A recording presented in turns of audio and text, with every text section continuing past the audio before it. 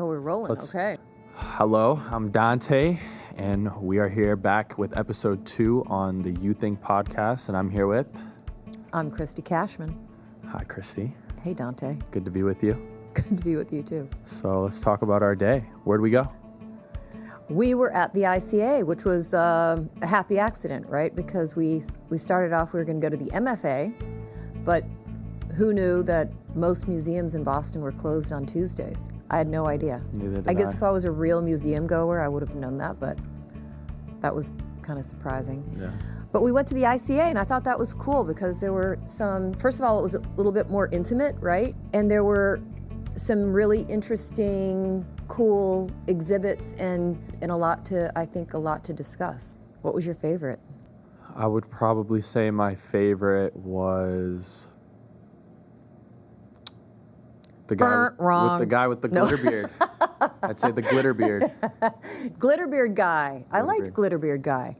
That was cool. That had a whole lot of red in the painting. I mean, he had remember the whites of his eyes were red? Yep. And then there was this kind of funky guy sitting on the counter next to him. I think and then there was some like the watermark. Yeah. The signature watermark of the artist. Some sort of weird bug on the corner. It had a very eerie vibe almost. Yeah, like the emotion behind it was you kind of make up the emotion, kind of serious. Mm-hmm. I couldn't imagine what specifically the artist was thinking making it, the emotion that they were trying to capture. Yeah, I don't know. I was just thinking I like the colors. Like I was probably thinking kind of basic thoughts. I felt basic. Yeah, I feel the basic. I was thinking more about the Don Julio on the back on the shelf. I'm sure there was a lot more going on than I was picking up on. Yeah, there was. That's usually how art is, though, right? Everything going on at once. Yeah, I'd say so. What was your favorite? Well, I thought that Queen Elizabeth was really cool. The one with the kind of Mardi Gras feel with the beads and all of the different things like the plastic zebras and things and dolls' feet sticking out, because far away you didn't see that stuff, but you could definitely tell that was Queen Elizabeth. I thought that was really cool. And it made me look at it the longest. So sometimes I think of art like that, like what makes you look at it the longest? What is making you think the most? And what's most appealing to you, and sometimes I don't think you know why. Like I don't think I necessarily know why I respond to some pieces more than others.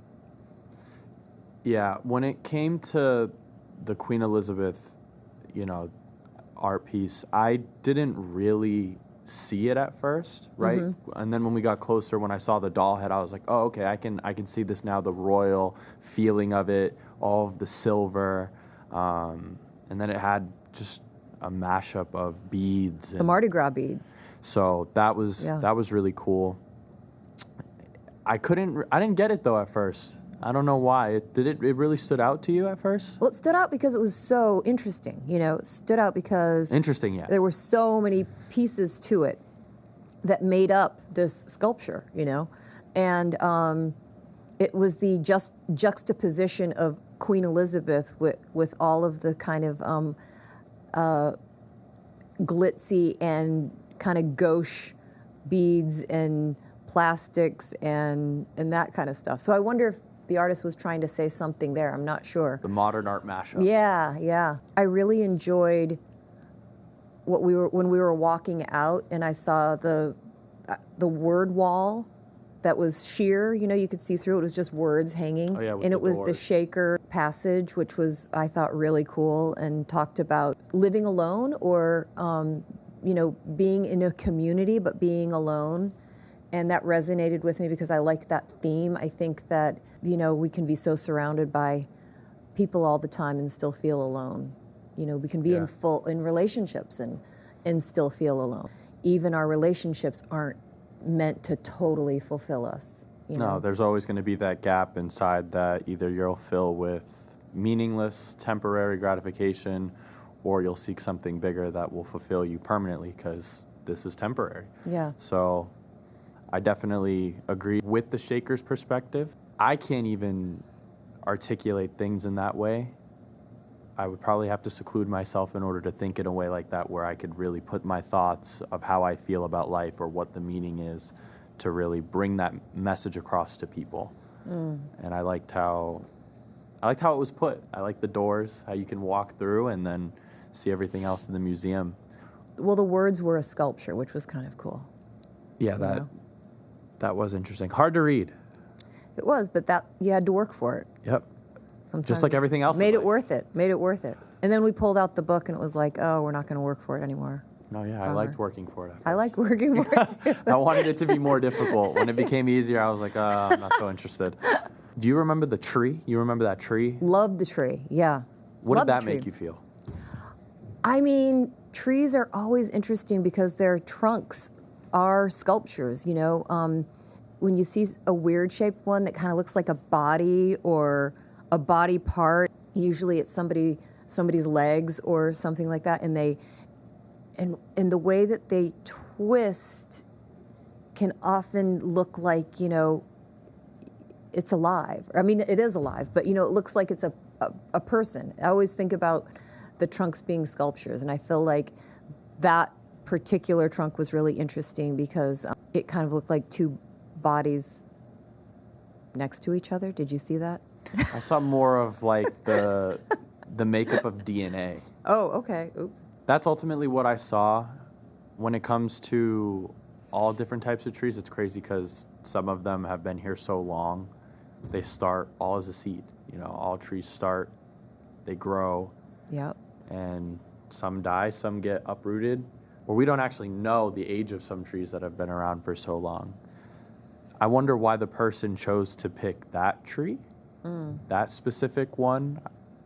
I thought maybe us as the viewer is to make up what we think, right? Isn't that well, was that tree photograph part of the one of that the guy just took pictures basically from his phone? He's the famous artist who did a lot of magazine covers, the blonde, right? Yep, for Frank Ocean. Yeah. He did the artist cover for Frank Ocean. So when I first saw that exhibit, I thought, wow, I could do that. I could take pictures from my phone and put it on a wall. Just like the guy with remember the banana that was duct taped to the wall at, was that Art Basel, I think? Some person bought it for like millions of dollars. It was a banana duct taped to a wall. I mean, it's art. Yeah. It was pretty, I mean, this is old news by now, but anyway, whenever I think you and I, when we were walking through, are like, well, I could drop my phone and then make a video and call it, you know, tumbling around or whatever. I don't know. Sometimes it makes me think, and then sometimes I think, oh, this is kind of silly. Yeah, I didn't understand how dropping your phone could be art, but who am I? Who am I to say what can and can't be art? We're all artists internally. It's just the way that you're capturing your vision and what you're turning it into. So the cool thing is that everything is art, in fact. Really, walking out, you know, jumping in an Uber is being creative in its own way. What we're doing at all times, all the time, is art. We are here existing, and it's crazy. It's the matcha getting to me. Too much of matcha. No, you know what I'm saying? Yeah. I mean, I think that is what's cool when somebody, when a famous artist takes pictures from their phone, puts them on a wall, and you think, oh, what is this? Is this really art? But when you really get down to it, it makes you think, yes, and so am I an artist because I have all these pictures on my phone that I could put up, and it represents my life in some way, you know, because some are really made up and some are, I'm paying attention to the light and the angle and all of that, and some are when I just drop my phone and take, you know, weird pictures in the inside of my pocketbook or whatever. I mean, we're creating every day, constantly. You're right. That's what the museum was teaching us pretty much today. They didn't procrastinate those ideas. They went and they did it. anyone just sitting on an idea, don't sit on it anymore. Actually go and do it, because how are you going to know the result if you don't actually go and get it done? It's important to, I think, go check out museums like that and get some inspo, because I think on some level we don't even know how it's affecting us. We're walking through and thinking we're only seeing it at a certain depth, and later on it might hit us that it's more meaning than we think. Like, we could go to that same exhibit tomorrow and see something totally different, or walk away with something totally different. I don't even like new art all that much either. So going today gave me more of a deeper understanding of myself. Yeah. And how I interpret the things that I'm looking at, and to be more open-minded and not be closed off to those new things. I wasn't disappointed that we couldn't go to the MFA. Mm-hmm. I just was unsure of what this museum was going to offer, and I actually can say that I'm really pleased. And so many people should continue to keep creating and see what comes from it. Because me, for someone who just didn't like newer art, I can now say that I actually like newer art. Yeah. How about the layered? Do you remember the layered sculpture where it was the same face, I think, but it was just layered? Like took the up a whole. turquoise, the turquoise, yeah, exactly. the turquoise. Took up the whole wall. I'm pretty sure she used the same face And repeated it. and just repeated it, and had it in different layers, and it felt like I remember the face was not a happy face. Sad. It was kind of sad, a little bit disturbing. Unsure, depressed. Yeah. But for some reason, I liked it. I liked that. That's part of it, though. Yeah. It stuck out to you. That one Why do definitely you think it out. stuck out to you, though? Probably because of what we were talking about earlier. In life in general, we kind of go through our day putting on a certain face. We think that it's appealing to people to be likable, to be smiling, to be upbeat. But meanwhile, there's a whole part of us inside that doesn't feel that way. It resonates with me because I realize that it's kind of there all the time. That reminds me. So within that Quaker quote, there was a part that said, you don't even know it, but you could be feeling sad along the lines of that, and that's you at your strongest moment.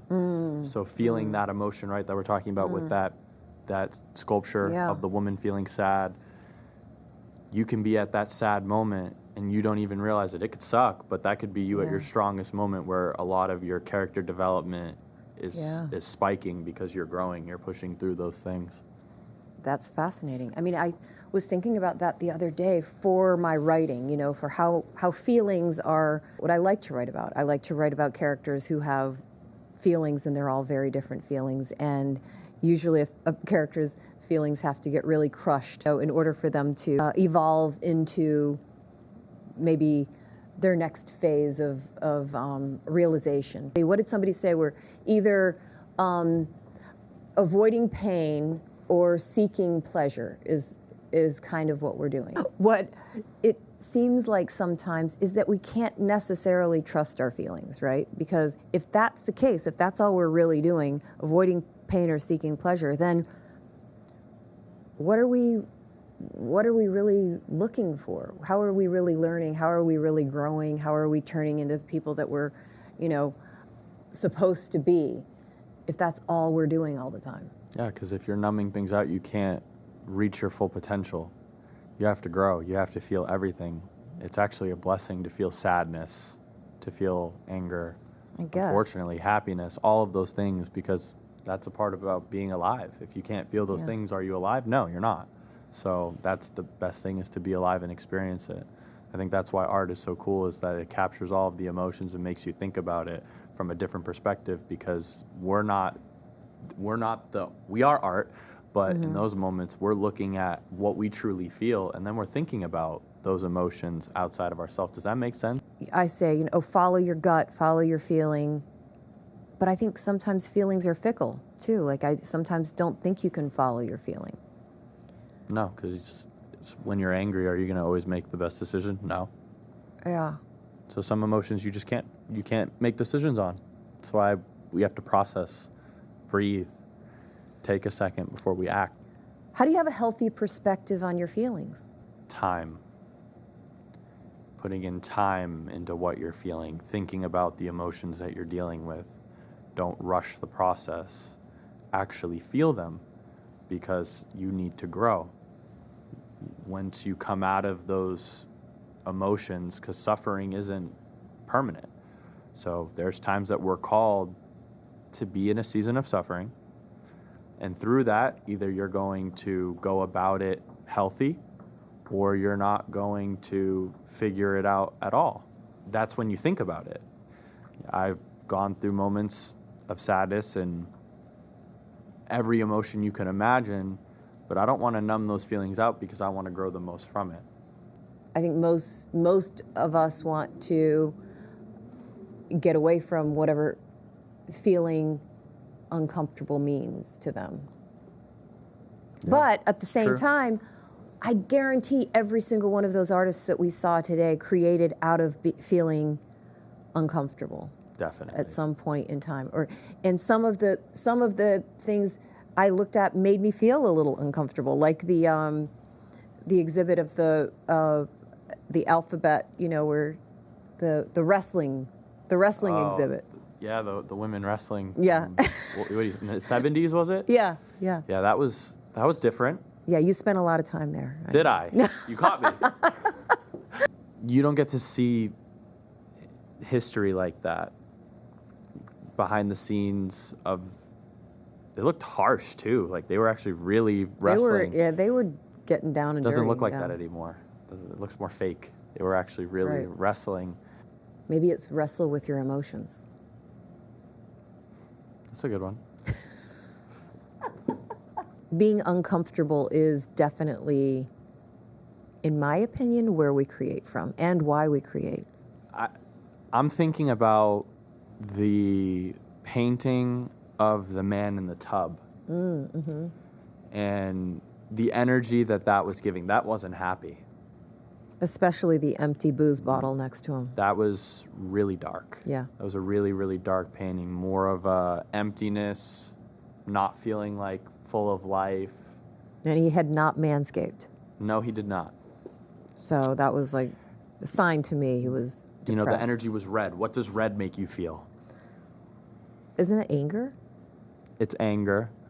But in that, it was a mixture of depression. Yeah, that was a disturbing that was very looking depressing. piece. Yeah.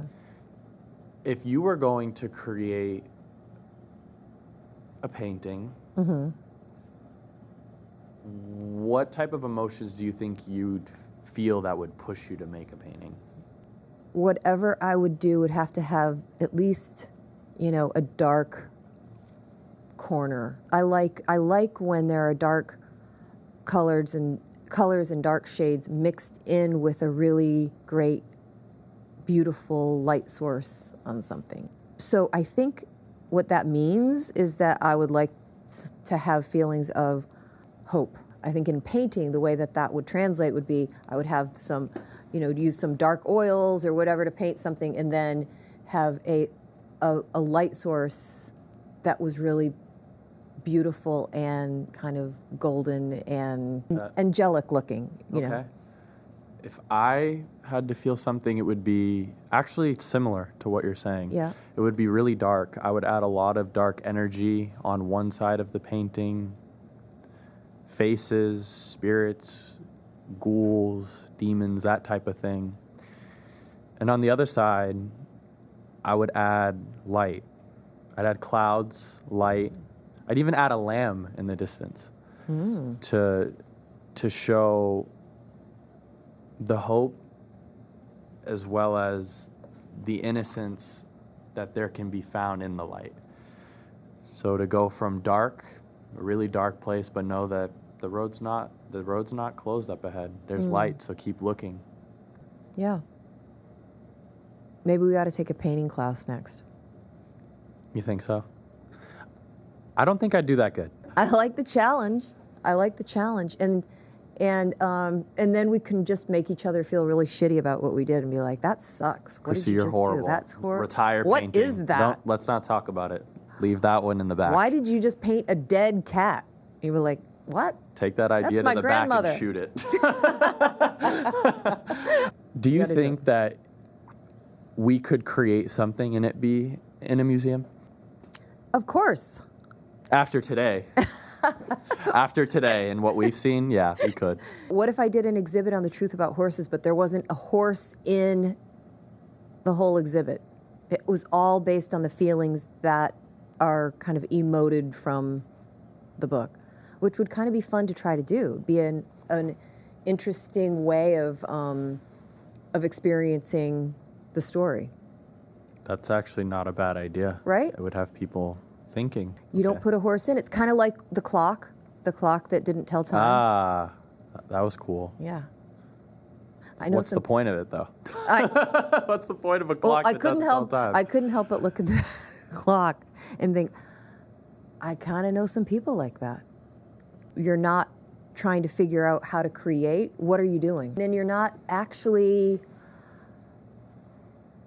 applying it to anything. What are you waiting for? The next time round? Like, you don't know if you're going to get that next time. well, right. So when it comes to us returning, there's potentially going to be a visit at the MFA.